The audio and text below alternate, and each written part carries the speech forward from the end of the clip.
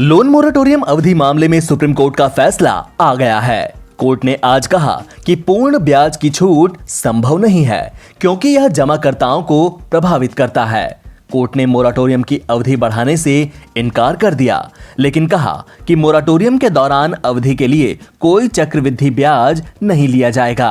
Court ने किसी और वित्तीय राहत की मांग को खारिज कर दिया। साथ ही कहा कि आर्थिक नीति निर्णयों पर न्यायिक समीक्षा का सीमित दायरा है। कोर्ट व्यापार और वाणिज्य के शैक्षिक मामलों पर बहस नहीं करेगा। यह तय करना हमारा काम नहीं है कि सार्वजनिक नीति बेहतर हो सकती थी। बेहतर नीति के आधार पर नीति को रद्द नहीं किया जा सकता। कोर्ट ने कहा कि सरकार आरबीआई विशेषज्ञ की राय के आधार पर आर्थिक नीति तय करती है। भारत में मौसम एक बार फिर से करवट बदल रहा है। पाकिस्तान के पास बने पश्चिमी विक्षोभ और राजस्थान पर कम दबाव के क्षेत्र के चलते उत्तर प्रदेश में होली से ठीक पहले मौसम एक बार फिर से करवट ले सकता है। पश्चिमी उत्तर प्रदेश के साथ साथ मध्य उत्तर प्रदेश के कई स्थानों में बदली और बारिश की आशंका है।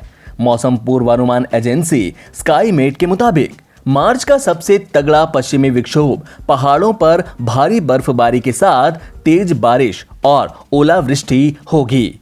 पंजाब, हरियाणा, दिल्ली, उत्तरी राजस्थान, पश्चिमी उत्तर प्रदेश, मध्य प्रदेश और महाराष्ट्र में तेज बारिश के साथ ओलावृष्टि होने की संभावना है। पूर्वानुमान के मुताबिक दिल्ली में घने काले बादल भी छाए, आंधी भी आई, लेकिन ज्यादातर इलाकों में लोगों को बारिश का इंतजार ही करना पड़ा। बादलों की वजह से अधिकतम तापमान में मामूली कमी जरूर आई। वहीं सोमवार को इस सीजन की सबसे गर्म सुबह का सामना दिल्ली वालों को करना पड़ा। मौसम विभाग के मुताबिक मंगलवार के बाद बारिश और आंधी की गतिविधियां कम हो जाएंगी और तापमान एक बार फिर बढ़ने लगेगा। पीएम मोदी ने मंगलवार को स्वतंत्रता सेनानी भगत सिंह, सुखदेव और राजगुरु को श्रद्धांजलि दी।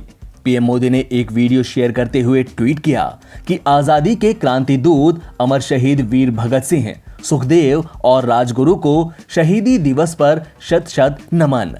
मां भगवती के इन महान सपूतों का बलिदान देश की हर पीढ़ी के लिए प्रेरणा स्रोत बना रहेगा। जय हिंद, शहीद दिवस। आपको बता दें कि साल 1931 में भारतीय स्वतंत्रता आंदोलन के दौरान क्रांतिकारी भगत सिंह, राजगुरु और सुखदेव को 23 मार्च को ही अंग्रेजों ने फांसी दी थी। आज के दिन को शहीद दिवस के तौर पर मनाया जाता है।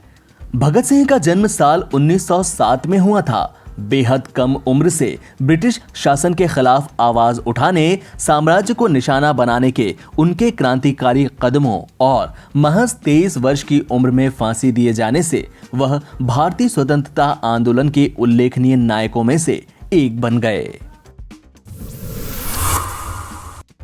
कोरोना वायरस की दूसरी लहर से बचने के लिए वो सभी प्रयास बिहार सरकार कर रही है जो लोगों की जान बचाने के लिए जरूरी है। पटना में मास्क न पहनकर लापरवाही करने वालों से 50 रुपए फाइन वसूला जाएगा। जो लोग बिहार में कोरोना संक्रमण के प्रति लापरवाही बरत रहे हैं वो सावधान हो जाएं। मास्क नहीं पहनने पर 50 रुपए का जुर्माना वसूला जाएगा। राजधानी पटना के चौक चौराहों पर मंगलवार से मास्क चेकिंग अभियान शुरू किया गया है। इसके लिए अतिरिक्त जिला परिवहन पदाधिकारी और मोटरयान निरीक्षक को वाहनों की मास्क चेकिंग कर जुर्माना वसूली का निर्देश दिया गया है। लापरवाही करने वाले दुकानदारों को भी बख्शा नहीं जाएगा। दुकानों में भी सैनिटाइजर की चेकिंग होगी। जिन दुकानों पर लापरवाही दिखेगी उनके खिलाफ कार्रवाई होगी। सैनिटाइजर और सोशल डिस्टेंसिंग नहीं पाए जाने पर दुकान सील की जा सकती है।